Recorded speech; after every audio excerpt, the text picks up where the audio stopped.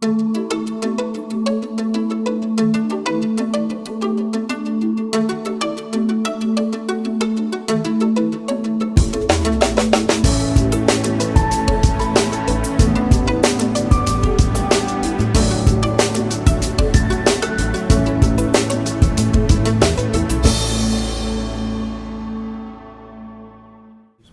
morning, everyone.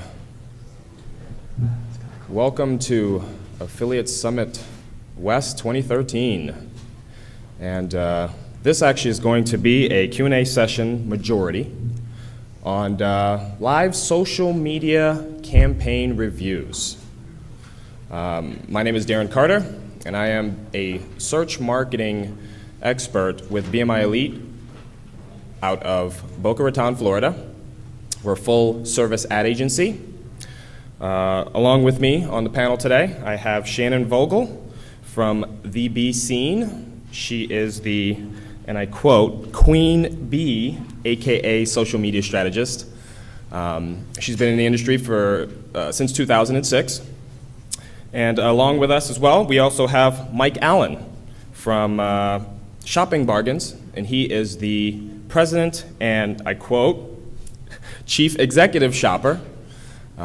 He's actually been in the industry since 1999, along with myself since 99, so we're both pretty old dinosaurs, if you don't mind me saying so, Mike, in this internet marketing game. So today we're going to pretty much open the floor to any kind of questions you guys have about social media, your own social media, just social media in general. I myself, I do a lot of search, so I look at social media from a different aspect, and as we get through the time here, I believe you guys will notice that and you'll find out what I mean by that. However, we will try to answer any questions that you guys have to the best of our ability, and please feel free that if you do have a question, you direct it to the microphone. I believe there's a moderator in the back that'll help get you guys up there to get your questions on the mic so it can be recorded. And if you can, please refrain from trying to discuss amongst each other. If you do have a question, please feel free to come to the mic and we'll be more than glad to address it as best as we can. All right, so without further ado, let's go ahead and get this thing started. And I believe we have one question already, although I will have to ask if you can go to the mic so that everybody can hear, and we'll go ahead and address it at that point.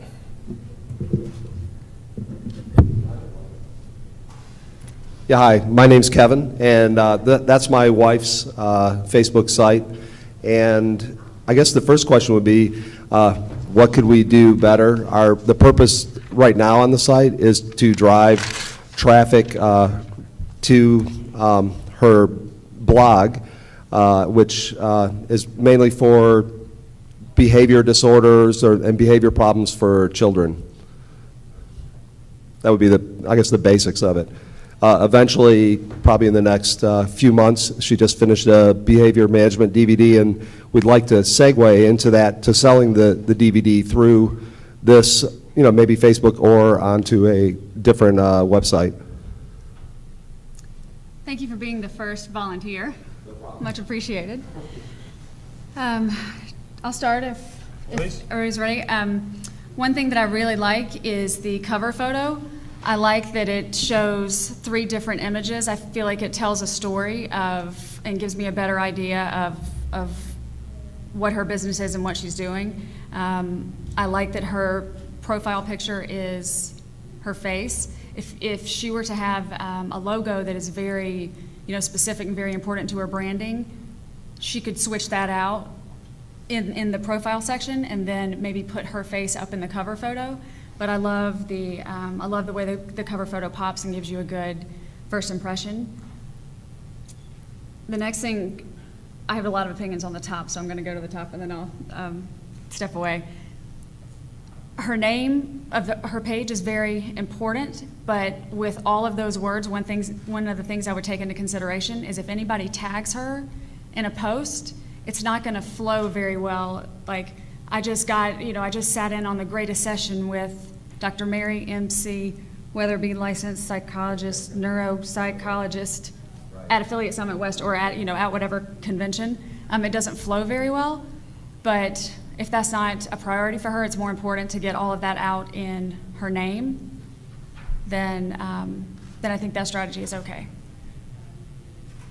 Then under the about, I think it's great that she's got all of these things filled out, as many words as she can, and you feel like, I'm sure that's important for search? Yeah, I mean, from a search aspect, it is important. But there is one thing that you did say, that you wanted to try and drive traffic from Facebook to that blog. Right. The website's... But it's way down here at the bottom. Yeah, you would want to put that somewhere up top, and especially on the initial page, so that in the About section, you can actually link a URL there that will show on the actual Facebook page. You want it to be seen right here. Right. That's a bit of a tip that you can, plug that in there and help drive some of that traffic to the blog. And the more things that you can add in that About section, like make sure that your map directions are accurate if you have a brick and mortar store. Fill out every single thing that you can, because it's there for a reason. And again, this is a personal preference for me, and you guys tell me if you disagree, but I think it's great that there's all of this information in here, but it's almost so much that I'm not sure I'm going to read it all. Yeah, it's a bit overwhelming. I'd rather you drive me to the website and let me learn more from the website. Right. There are all caps are used on some of the paragraphs, and it'd be nice maybe not to have so many things that you have to read in all caps. Because I feel like in all caps, I feel like somebody's yelling at me. Yeah, no, I understand. One other thing at the top of the page, where photos, likes, those can be rearranged, with the exception of photos. Photos will have to stay on the left, but you can rearrange the order of likes and her newsletter, her notes, her videos below that. You can rearrange them, and you can also put a custom icon or custom image for those categories, and that would be another way for her to get some branding or some eye appeal in it that way. And if driving traffic to her website is important, I would use some of these boxes to embed one of the most important web pages, so they can click right from there, go straight to the site, and start using the site for what they need. But I would fill up those boxes. Okay. So you can customize each of those boxes that are, I guess, empty right now? Yes. Yeah, okay. And you can like he said, rearrange them. Do you want to put the most important ones on the top? Because if people are interested, they'll click down and look and see how many more you have. But if you happen to have 5,000-10,000 likes, then that's important to show in the first row, because that gives you instant credibility, and it makes other people think, oh, if 10,000 other people like it, then I should probably like it too. But while you're trying to grow your network, I would put that one on the bottom row and drive more traffic to the website. Shall I go up and ask them? I probably should be asking the questions. Yes. Are we allowed to give feedback on this as well? If you go to the mic. Yeah, so regarding likes, I mean, right now this is a local, service. So it's really, the likes have come from local. So what is your suggestion to grow the likes? I mean, should she be advertising on Facebook? Should she go to Fiverr and get, 1,000 likes? What's your recommendation? Well, number one, stay away from Fiverr. Yeah, don't cheat. Okay, I mean, why is that cheating? I mean, that's what you consider it, or is that going to? They'll be most likely fake accounts, and they'll skew your data because they won't interact with your site. If they're fake accounts, you'll get no interaction. And then if you look at your insights, it's going to show you that all of your fans are in a certain region or of a certain age range, and you need to be talking to the age range and the demographic that your insights say your demographics are, so skewing that's not going to help you. Okay, great. But certainly, I would run Facebook ads and tie that into, I don't know that she's the contest and promotion type, but Facebook ads can get you out in front of so many more people for not a lot of money. I would grow the fan base that way. Incentivizing users is also another option, and once again, it all depends on what she's capable of. But it could be as simple as a free consultation, like my page for a free consultation, or something something of value that she can give the user to potentially want to like that page. They could get access to part of her ebook. Well, the DVD, she could give away a Yes. DVD. Not for each person that liked, but maybe No, you do some sort of a contest. contest, right? Yeah. Yeah, she could do a contest that says, like my page and enter to win a DVD. And that way you're getting likes, you're getting email addresses because that's how you notify the winner, and you're getting all that exposure. Okay, great, thank you. Thank you. So looking at the content, I think it's great that she's got some likes, that she's acknowledging other companies that she wants to publicly associate herself with, because hopefully there's going to be some reciprocity there. I think anytime you can add an image to enhance the text in your post, that's going to be helpful. And then one tip that I like to give people that I don't know that everybody agrees with or does, but I guess because I'm Southern, if somebody says that they like one of your posts, they took the time to publicly acknowledge that they like what you did. So I like to respond with, thanks Marie, Banna, and Jenna, or if it's 10 people, thanks everyone. So when you publicly acknowledge them, they're going to get an email that says, not only did you acknowledge that they said thank you, you're saying thank you back, and hopefully that's a way to encourage the start of a conversation, because our big goal here is to start a conversation that turns into a relationship, and you're never going to get in trouble for saying thank you and being nice. So that's just, it's one easy step that can take you 2 seconds to acknowledge that somebody said, hey, I like what you did. Do you want to comment on any of that? Actually, you hit the nail on the head. Social media is a conversational piece. Interaction is always good. Just like a blog, if someone comments on your blog, you try to comment back, interact with that user. Facebook, social media is the same thing. Just reaching out, saying thank you, saying hello, letting the user know that you're there and that you're real is a huge plus, because it could open up the avenue for other people to comment and other people to ask questions and potential new customers and clients. And the more free, helpful advice she could give away, that's going to set her as an authority. It's going to make people feel more comfortable with the whole process, and it's going to make them more loyal to her versus someone else that they might try to decide between. Okay.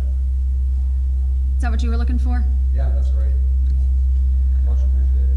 So because there's so many people in the room, should we move on to? Yeah. I have a question. Sure. Yes. Yeah, I've been standing here.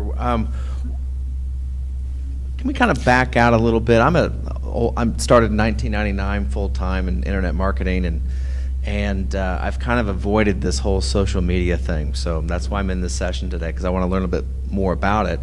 I'm a traffic and conversion kind of guy, and I've never really utilized the social media component. And I'd like to know a little bit more about why I should. Is it an SEO bump? Is it why? How are people using that? I see a lot of people out there with websites that have this little Facebook and social media buttons on them, and I'm thinking, why does that company have a Facebook page? It seems odd. And I know that Facebook really shouldn't be a substitute for a blog or a website.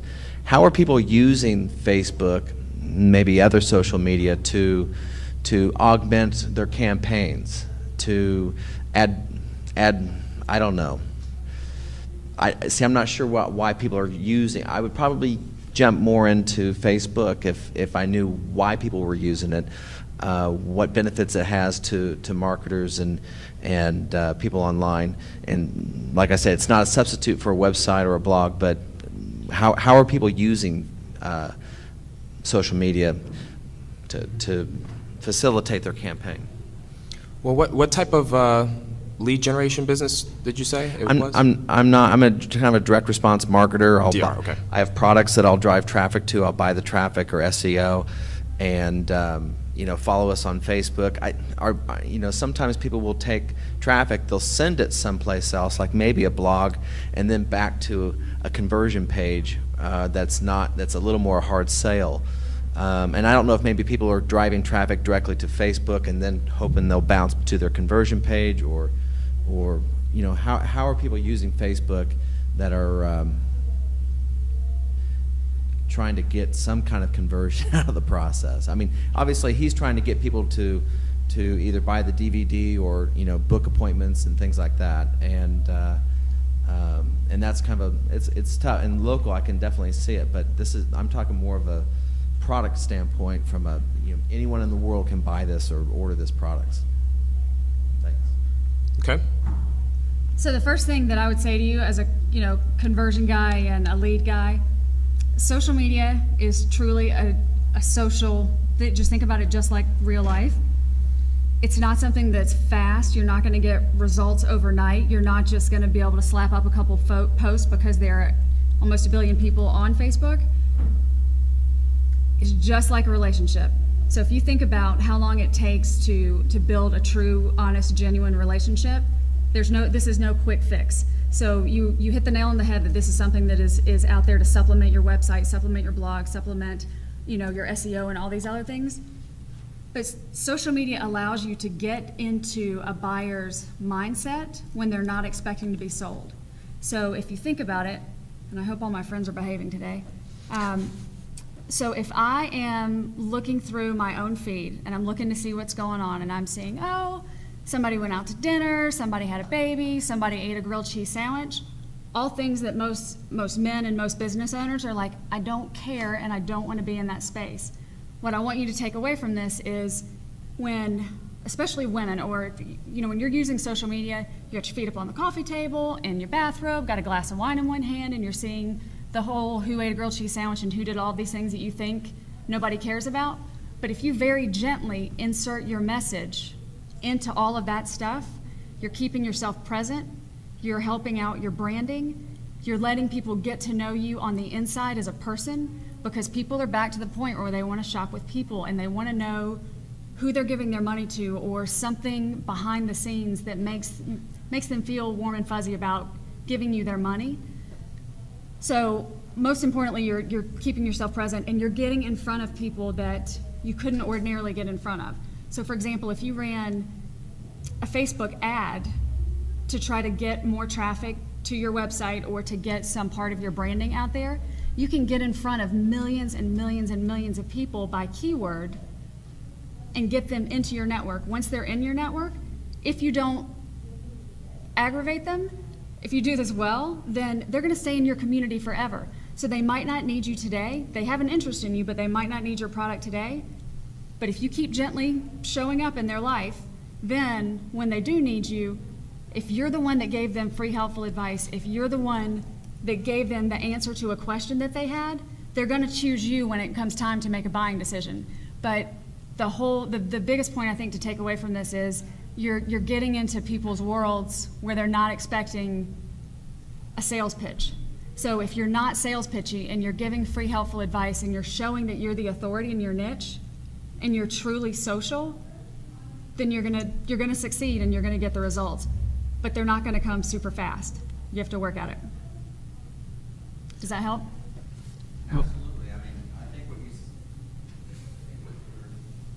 My takeaway from that was it's a way to put some personality and humanity behind either a product or a brand, and people do like to know that they're buying from people. Mm-hmm. If there's a personality and a brand and a family of behind something like that, they'll look at it more closely, and it's what they call social validation or social proof, so to speak. And then the best thing that can happen to you is somebody enjoys what they learn from you and they share it with all of their friends. That word of mouth, you can't hire enough interns to sit in a room and make 1 million phone calls a day to get the word out, as well as somebody saying, leaving a comment or sharing something that you posted, saying that it helped them a lot in front of their entire network. And because your posts are seen by so many people, for example, if your page has, maybe you've got 500 fans, but because of how people have their privacy settings open, you could be reaching a couple 100,000 people when there's activity. So just know that there's this huge word of mouth reach potential. You said for people to be fans, not friends. What's that? You said fans, not friends. Would I be setting up a fan page or? You need a fan page for a business. And I guess the other thing, and I'll sit down, but if you at some point could just kind of go over what the anatomy of a well-organized Facebook fan page would look like, that'd be helpful. Thank you. Did you have something to add? Well, I see social media as a way to humanize your brand and for you to interact with your customers. It's another customer service venue as well, and it's free. And every company has problems, but if your customers see that you're meeting their needs and you're addressing the problems, then that shows that there's a real person behind this internet company, and I think that helps a lot. I'd like if Shannon can put Country Outfitter on the screen. They sell boots, but they have almost 5 million Facebook fans. Now, I'm sure they've advertised to get there, but they do a lot of giveaways, and and it's just a pair of boots every once in a while, and they're buying them at wholesale anyway, so it's not like it's costing them much, but they're encouraging their friends to share, and when you enter, it gets out that, hey, I entered to win these boots, and there's a lot of interaction on this page. But think about that, almost 5 million people, and they don't need Google. In the same sense, if Panda hit them, they still have 5 million Facebook users. So Panda's a algorithm change that devalued a lot of the search rankings. So it's just a way around some of the paid search and some of the other costly avenues that it takes to get customers to you. So another thing that Country Outfitter has done is they are using Facebook comments on their product page. So they've actually integrated Facebook onto their e-commerce site.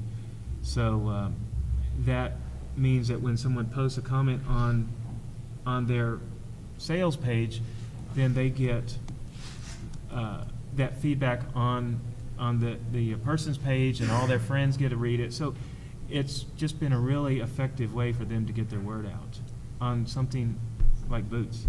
And people trust what other people say 78% more than they trust what comes out of your mouth.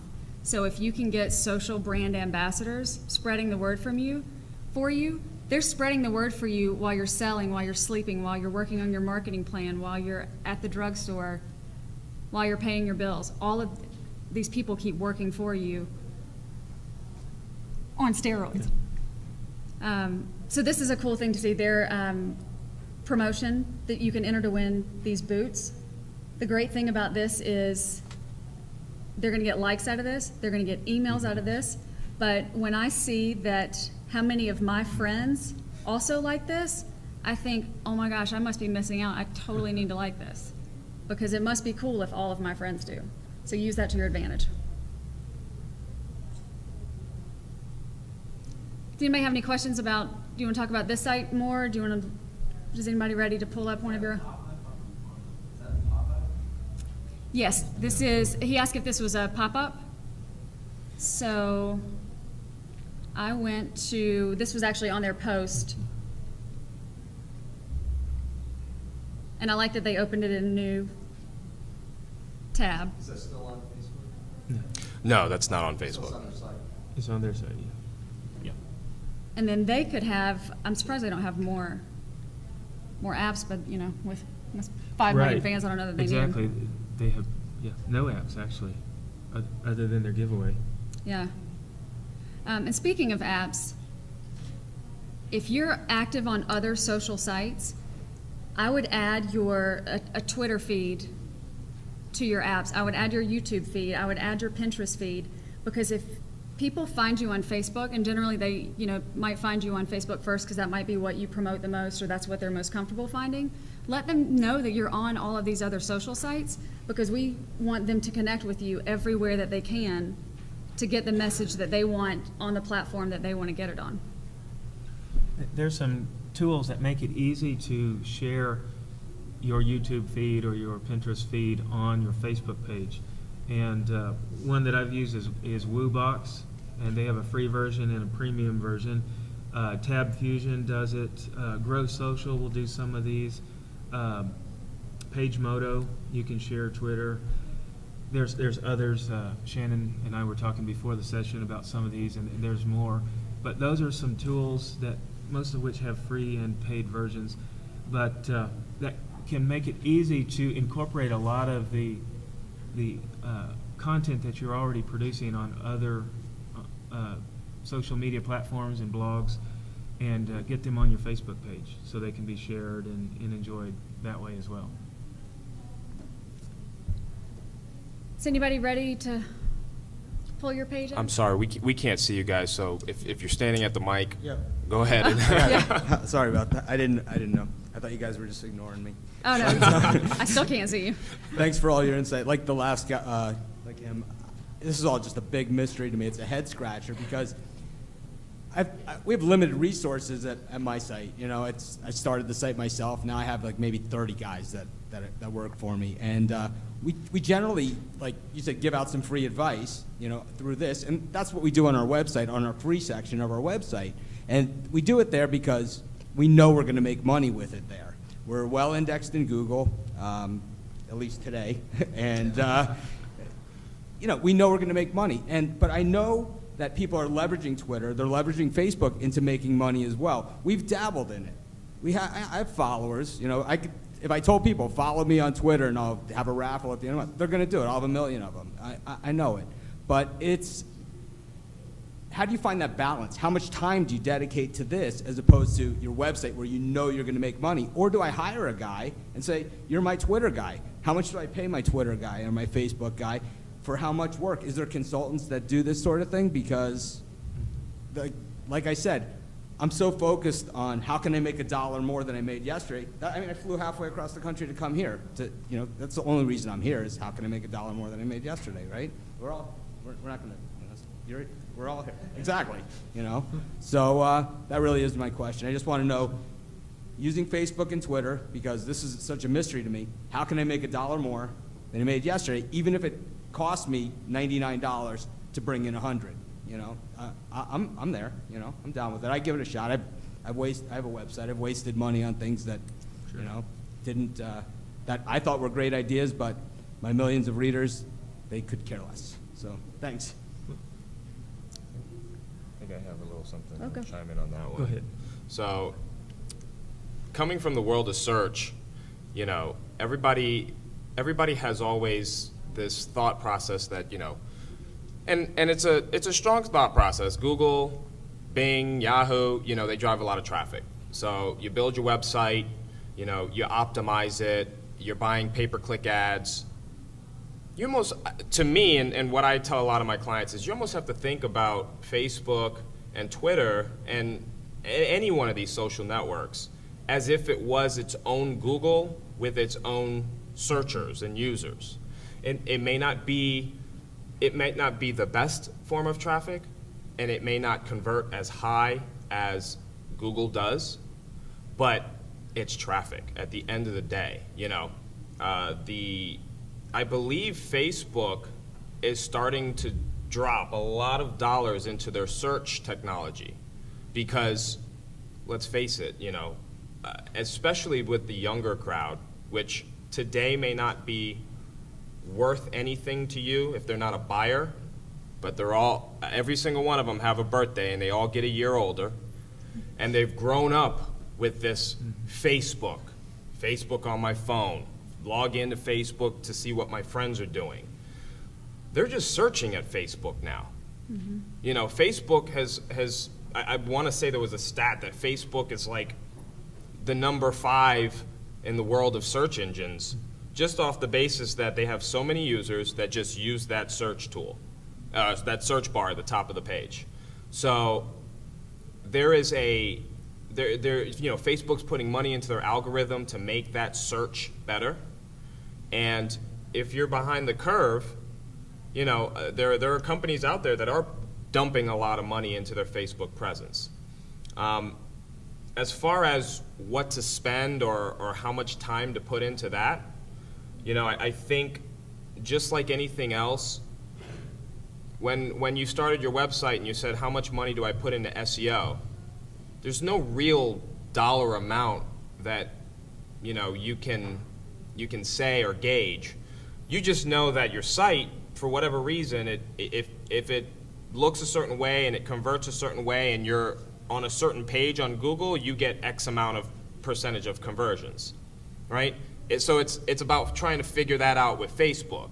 And initially, because it is in an incubacy stage, it's young, it's not proven 100%, now's the time to really play with it, just because if you get it, then you're locked in, you're grandfathered in from the beginning, at least from this stage of, okay, people starting to use Facebook search more often and having my page show up and being relevant for certain topics.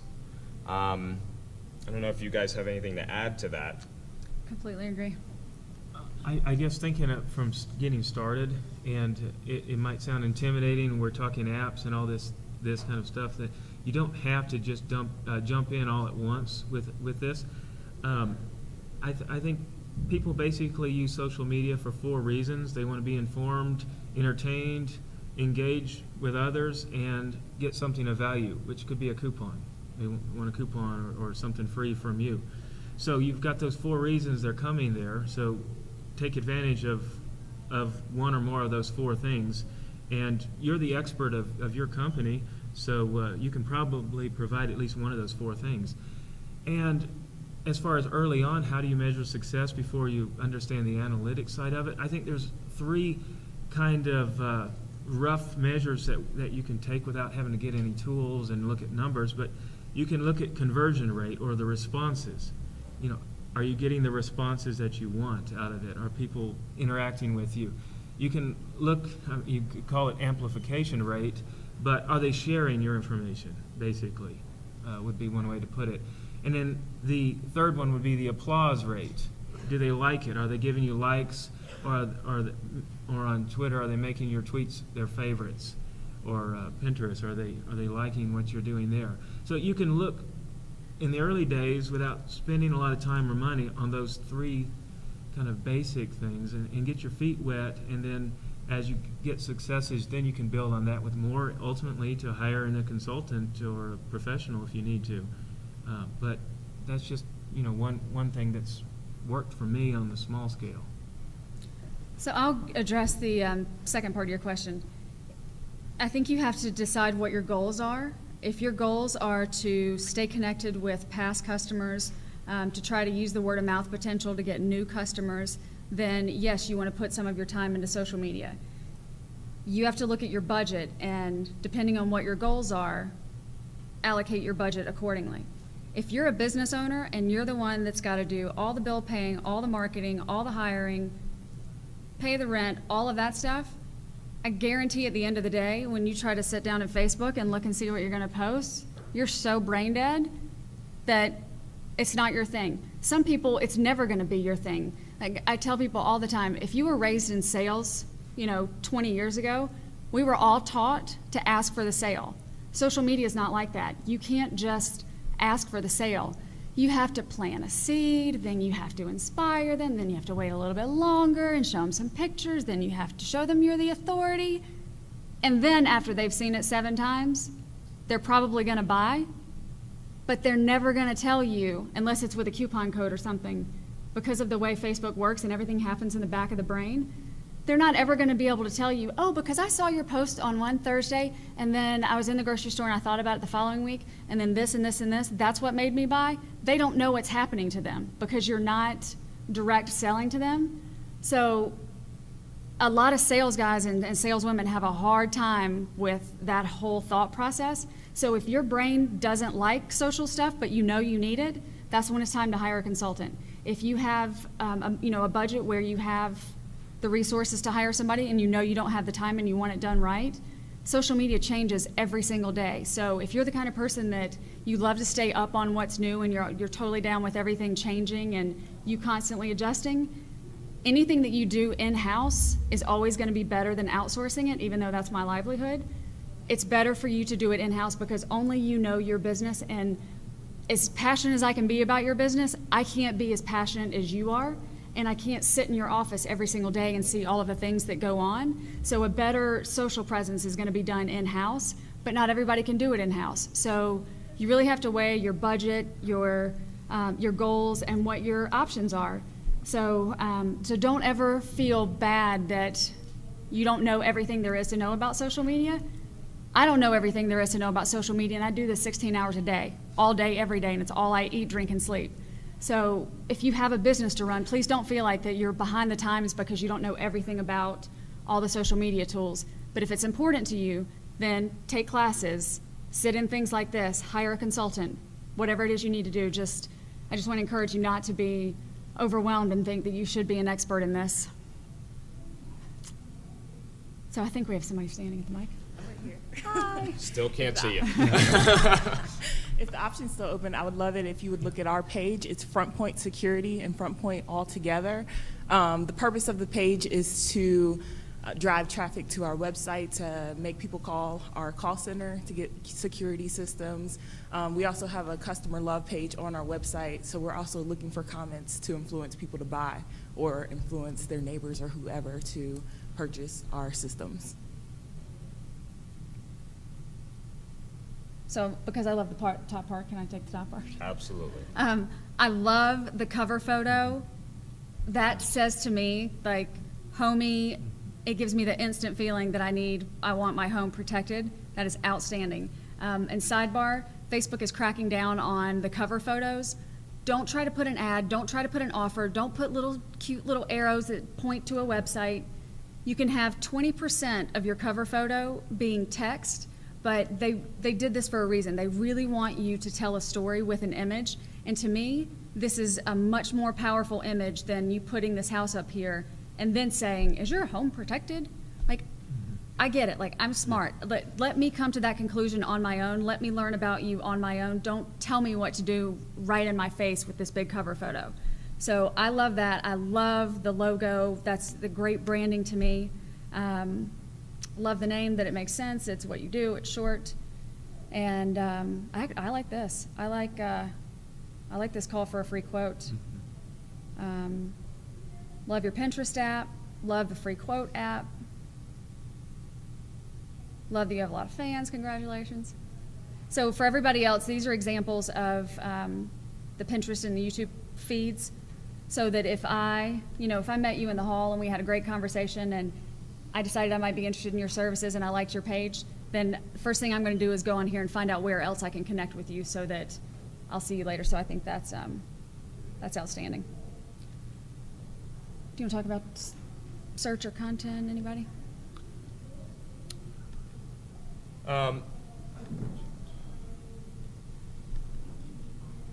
So actually, you know what? And even another thing, and I've seen this used with the cover photo before as well. And I might get beat up afterwards for saying this, but I think sometimes it's okay to scare people, right? Oh, I You show a picture there or an image of a house being broken into in a really scared family, and just the text, "Don't let this happen to you," can be more powerful than anything in this world. And that's the whole point about that cover photo is you want it to tell a story about the company, what you do, your product, your service. If it's something that having your house broken into is a life-threatening situation, put it out there like that. If you have a product that is super helpful, put that out there like it. You can go outside the box a little bit, and I wouldn't be scared. But once again, it's all about testing as well, right? Put up the image, see what kind of feedback you get. See if all of a sudden you got way more likes than you expected, right? And then maybe that's something that you dibble dabble with a little bit just to see what kind of a response you get. And that's the thing about social media is there's so many people out there. You just have to try to cater to as many of the people that are interested in your product and service and just grab them all. And they're changing all the time, so you constantly have to readjust your strategy. So before we keep going, can you raise your hand if you look at your insights on Facebook and you pay attention to the types of posts that you're getting higher comments and response rates and viral attributes? Does anybody look at? Well, we wouldn't be able to see them anyways. Oh, but if you, I just want to know if you do. So a couple hands. Okay, so we got a couple hands.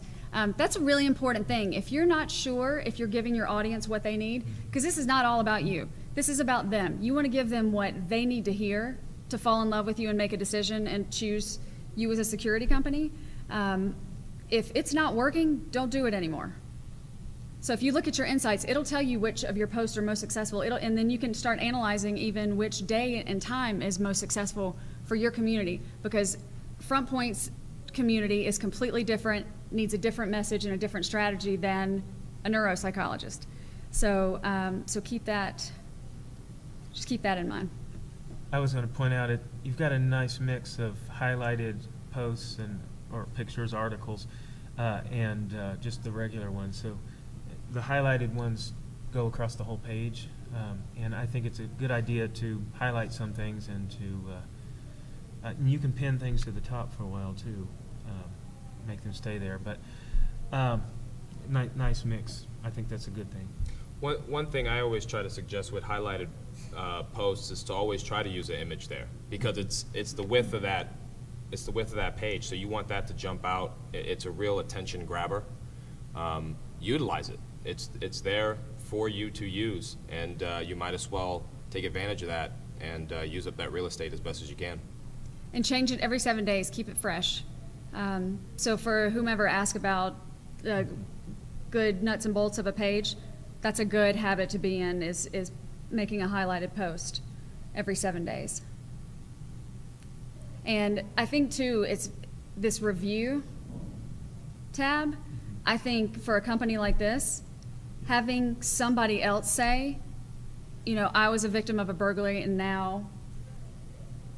tell their story, that is so powerful. And when people can identify that and they feel like they've, you know, same level of violation, then that's going to give you instant trust that that person's already gone through all the trouble and they chose this company, so maybe I should too.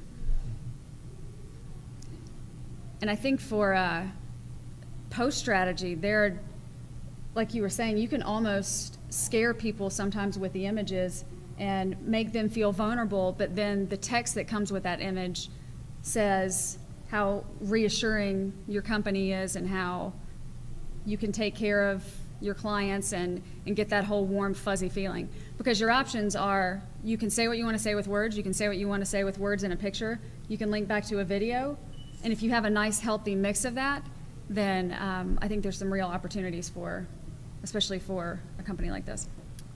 You could put a poll up also, I think. Oh, yeah. You know, poll your users, your fans on, you know, maybe what do you fear the most, or what makes you feel more secure. You know, different emotional responses that could help reinforce the brand and what you offer. And I think I'll just sidebar real quick, because this was a good page. For all those that, I know we had the question before about, you know, social media and how it can potentially help you. I think I'll just do a quick search here. If you just click on my tab. Okay. So we did a quick search for my name, and the very first listing is my website, and this is a Google search, by the way. Numbers 2, 3, and 4 are all social media pages of mine. You know, for my personal name, I'm not too worried. I have, you know, there's a bunch of Darin Carters out there. There's a famous skateboarder, some comedians, and things like that. But that just kind of goes to show you the power of social media, is that I took over the top half of the Google search page with links to me. For a company, that's huge. You might have competition that's trying to come and snipe on your name.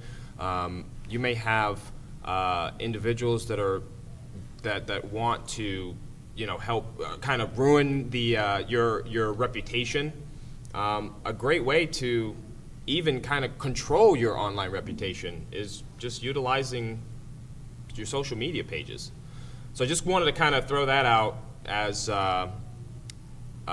one reason why social media can be an important tool in the business, and what you can utilize, those pages for is if they didn't bring you a dime in business, you could at least control some presence through search results using social media. And I'll take a sidebar off of that, just because it comes up every time I do a training or a talk or anything. Everybody says, well, oh my gosh, what do I do if I get somebody that writes something negative on my Facebook page?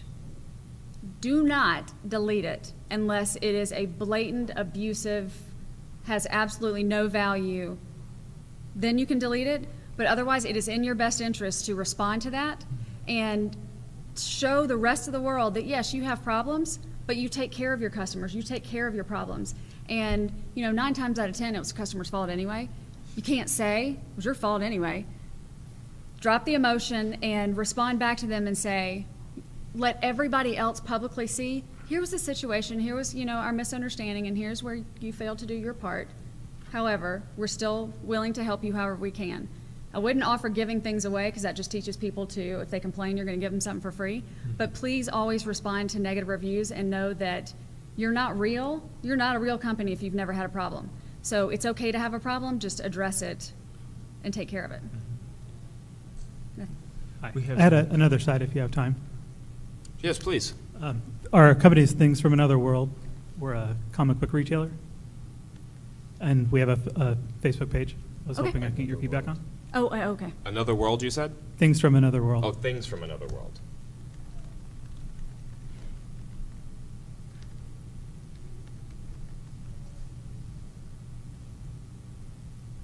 Is that you?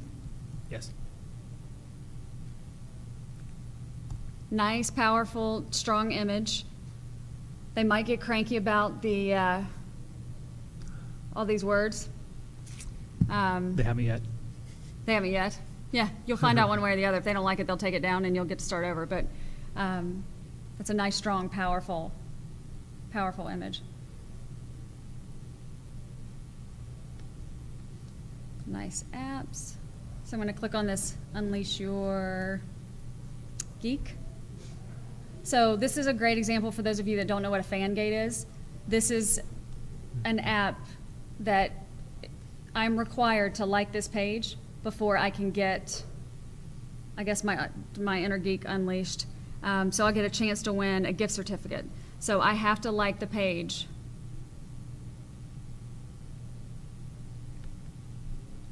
So I think one suggestion I can make there is I would have never known unless she actually read it and said it to win a gift certificate to like the page. You want to make that a little more prominent, Okay. I agree with that because there's a lot going on here and I'm not sure what you want me to look at. And I think you already got my attention before with the Unleash My Inner Geek. And I would have expected this to take me to another landing page that tells me how I'm going to win my gift certificate. And depending on the program you use to build the apps, it should ask me to enter my email address because you aren't supposed to notify me on the wall. And while we're on that conversation, we'll cover a couple of other things. If you're doing a contest or a promotion like this where you are saying, do this in order to get this, or anything that's based on chance, you can't just say that on your wall. You have to do it through a third-party app. You can't announce winners on the wall. You can't ask people to upload pictures of their best geek costume straight to the wall. All those things are against Facebook's terms of use. And if they catch you, they send you a nasty little letter. They shut your page down. They do not say, I'm sorry, you're done. They don't even tell you what rule you violated. They just said, of these rules, you violated one, your page is gone. Best example I have is a guy came to me, 12,000 fans, that he even paid Facebook to get ads to get those fans. He violated one of their rules, got the letter, they shut the page down, and he had to start over completely from scratch. It is not worth taking the risk of doing a giveaway, running a contest or a promotion at all on your Facebook page. Because I have seen it in real life. They will catch you, they will shut you down, and you're done. So, so if you're going to do it, it needs to be done through a third-party app like this.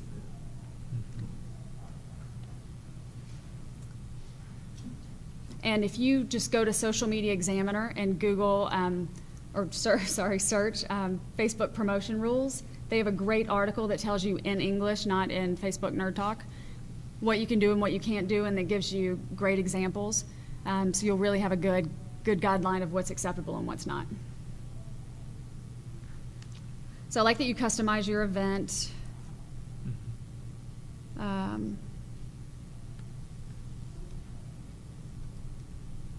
I wouldn't link to your YouTube channel unless you actually have videos to show. So you're good there.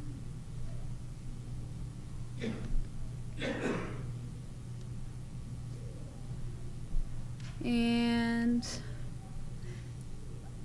I always think it's important too, if you have the opportunity, without being spammy, if you're going to teach somebody something, just give them a little teaser. Say what you want to say, let them know what they're interested in, and then drive traffic back to your website or back to your blog post. Because if I want to read more, I'd like to know where to go to read it, but don't junk up my news feed with a post that's this long with trying to tell me everything you want me to know. Like, tease me a little bit. Let me go find you for more information. I love the daddy-daughter example. I like the short, sweet, asking a question with an image. Yeah, you got 271 likes out of that. And then two, there's, I just want to make sure everybody understands the importance of not setting it and forgetting it. If you ask a question, be prepared, have the app on your phone or stay at your desk. If people are going to answer the question, if they're going to take the time, that's where you're getting your conversation. We want the conversation to turn into a relationship. So don't wait 2 days to respond to something, because if somebody wants something from you or somebody has something to say to you and you wait 2 days, they have so moved on to the grocery store and enrolling their kids in school and done 10,000 other things, they've already forgotten about you. So the more timely you can be with your responses, the more successful you're going to be. And that's just like a relationship. If one of your friends calls you and has a question for you and you don't call them back for 2 days, they've moved on and gone to somebody else. So try to respond as quickly as possible. And that was so far of a tangent. Did we answer his question? And do you have anything to add? I don't have anything to add. No, I think you hit everything on the head for the most part.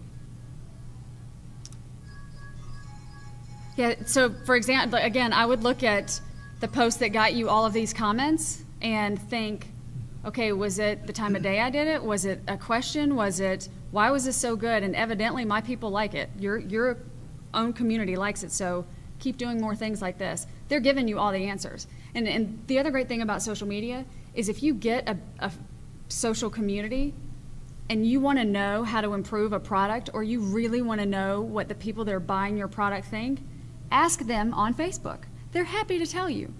Don't make it a very complicated question. If it takes more than 2 brain cells, or they think they're going to get judged by their answer, they're probably not going to answer.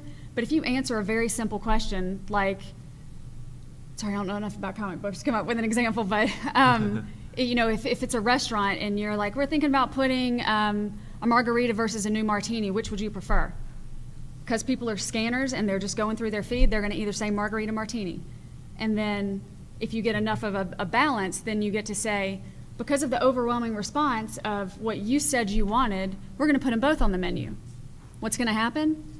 Those people are going to want to come in the restaurant and have the margarita or the martini that they voted for because they're taking some ownership in it.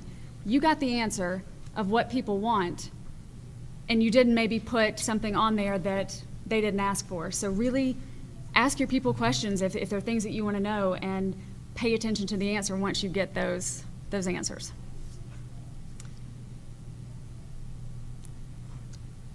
Does anybody have any other questions?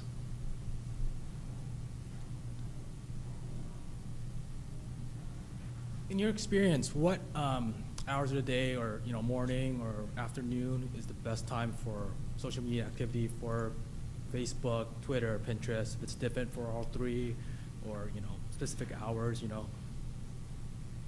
I bet we've got two different opinions. You want to go first?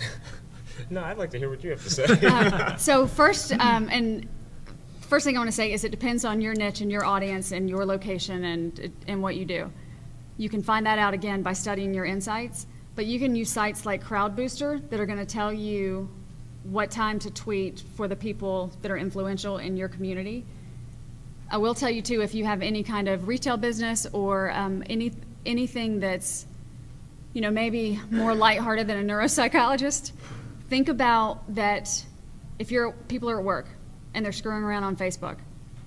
You're doing your project, you're finished because you've got a meeting at 1 o'clock, it's 12:56, I finished my project, I got nothing to do for 4 minutes, what am I gonna do? I'm gonna get on Facebook for a couple of minutes. So I like to say 10 minutes to the top of the hour, but it really depends on what you do. Like comic book people might be late night people on the weekends or something. You know, a travel site might be completely different. So really think about your audience, your community, your customers, and think about when would they really be on Facebook? Like, are they moms? Are they on Facebook because the kids have just gotten out of school? Are they wait until 10 o'clock at night because they finally put all the kids to bed and she's got a glass of wine in her hand? So think about when your customers need to check out and when they might potentially be on a social site.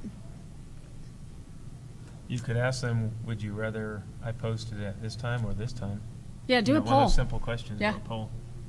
Yeah, when do you like to hear from us the most? But I really think it's super simple just to pay attention to your insights and see what day and time that you're getting the most traffic and the most responses and the most conversation. Actually, I was going to say you already know the answer by your stats. If you're not using, just like your website has, you might have Google Analytics or some kind of analytic program. The Facebook insights are super, super important. They really tell you a lot about your users, the people that have liked your page already, what they're interacting with, and utilize that information to your advantage. Start posting more of what causes a spike. And it tells you everything. I mean, realistically, you know that answer already. And to further that example before, I like to use restaurants because we've all eaten at a restaurant. If you are messing around on Facebook at 11:30 because you're getting ready for your next meeting, you're also hungry for lunch. So if you're on Facebook and a restaurant posts just a delicious picture of the most amazing, juicy cheeseburger, all they have to do is plant that seed. They don't have to say, come get a cheeseburger now, because nobody likes to be told what to do. But you see that cheeseburger, and all of a sudden you're like, as soon as I get out of this meeting, I'm going to get a cheeseburger. Hopefully you go get their cheeseburger. But, plant a seed and think about when people need what you have and try to give it to them when they might be ready for it or when they might need to be inspired by it. So I didn't answer, I know you probably wanted me to say Wednesday at 10 a.m., but... Everybody's different. And I think actually Wednesday at 10 a.m. Eastern is the big standard overall, but I think that's completely pointless if we're talking about a comic book guy and a neuropsychologist and a security company. Those are so different that I don't think that stat matters anymore. Gary Drury, I'm with Self-Help Lawyer. We do virtual offices, lawyers and consumers hooking together, sharing forms online, and then importing it into lawyer software.